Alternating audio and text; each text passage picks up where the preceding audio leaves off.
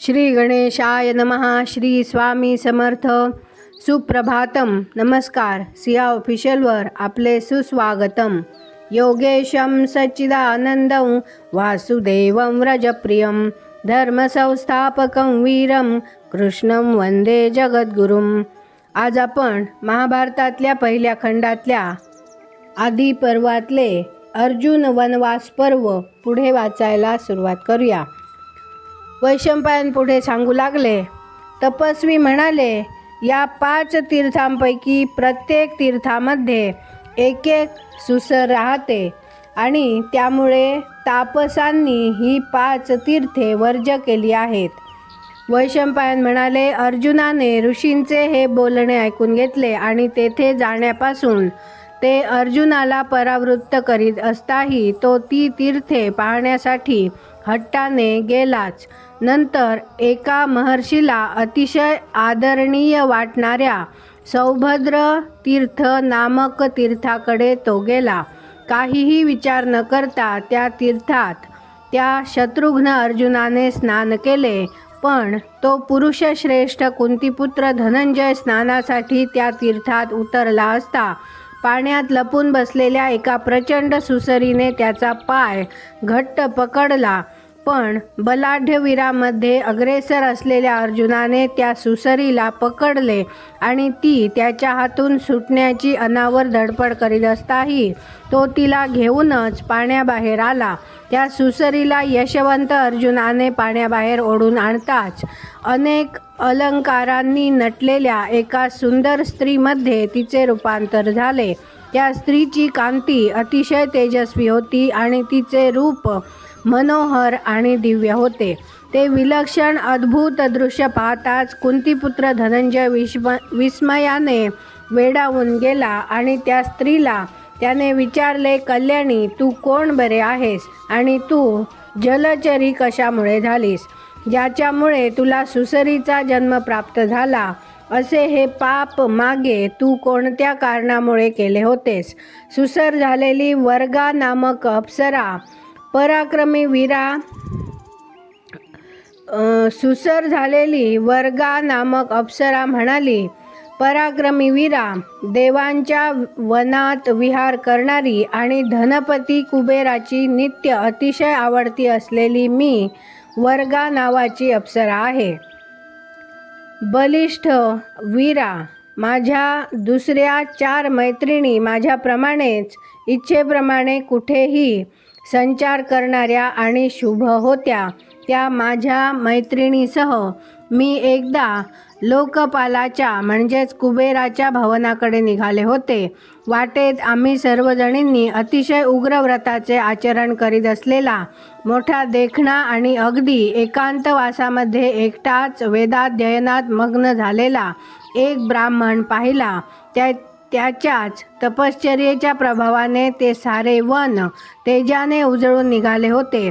साक्षात सूर्याप्रमाणे त्याने तो सारा प्रदेश ढवळून टाकला होता. त्याचे ते लोकोत्तर तप पाहून आणि त्याचे ते दिव्य अद्भुत रूप पाहून त्याच्या तपश्चर्येत विघ्न आणावे या इच्छेने आम्ही त्या प्रदेशामध्ये थांबलो. मी स्वतः सौरभी, समीची, बुधबुधा आणि लता अशा सर्वजणी मिळून त्या ब्राह्मणाजवळ गेलो आणि गाणी गाऊ लागलो व मोठमोठ्याने हसू खिदळू लागलो. पण त्या ब्राह्मणाचे लक्ष आमच्याकडे वेधून घेण्याची आम्ही खूप धडपड केली तरीसुद्धा त्या ऋषीने आमच्याकडे ढुंकून सुद्धा बघितले नाही. त्या महातेजस्वी ऋषीची यत्किंचित चलबिचल झाली नाही आणि आपल्या अकलंकित तपश्चर्येमध्ये तो तसाच मग्न होऊन राहिला. पण अखेर तो आमच्यावर संतापला आणि हे भरतश्रेष्ठ क्षत्रिय वीरा, तुम्ही साऱ्याजणी सुसरी व्हाल आणि 100 वर्षे पाण्यातच राहाल असा त्याने आम्हाला शाप दिला. वर्गा म्हणाली, भरतश्रेष्ठ वीरा, हा प्रकार झाल्यावर आम्ही साऱ्याजणी कमालीच्या खिन्न झालो आणि त्या स्थिरचित्त तपस्वी ब्राह्मणाला आम्ही शरण गेलो. सौंदर्यामुळे तारुण्यामुळे आणि मदन अंगात संचारल्यामुळे आम्ही चढून गेलो होतो. आम्ही जे काही केले ते अगदी अयोग्य होते. ऋषीवर्य, कृपा करून आम्हाला क्षमा करा. तपोधन, अतिशय कठोर तपाचे आचरण करणाऱ्या आपल्याला भुरळ पाडण्याच्या इच्छेने आम्ही इथे आलो. यातच आमचा भरपूर घात अगोदरच झालेला आहे. स्त्रिया केव्हाही अवध्यच आहेत असे सृष्टीच्या उत्पत्तीपासून धर्मज्ञ पुरुष म्हणतात. धर्माला अनुसरूनच आपला अभ्युदय झाला पाहिजे. आपण आमचा वध करणे युक्त होणार नाही. धर्मज्ञ तपोधन ब्राह्मण सर्वाभूती दया करणारे असतात असा त्यांचा लौकिक आहे. थोर महात्म्यांचे हे वचन खरे ठरू द्या. थोर प्रतिष्ठित पुरुष शरणागतांना अभय देत असतात. आम्ही आपणास शरण आलो आहोत. आम्हाला कृपा करून आपण क्षमा करावी.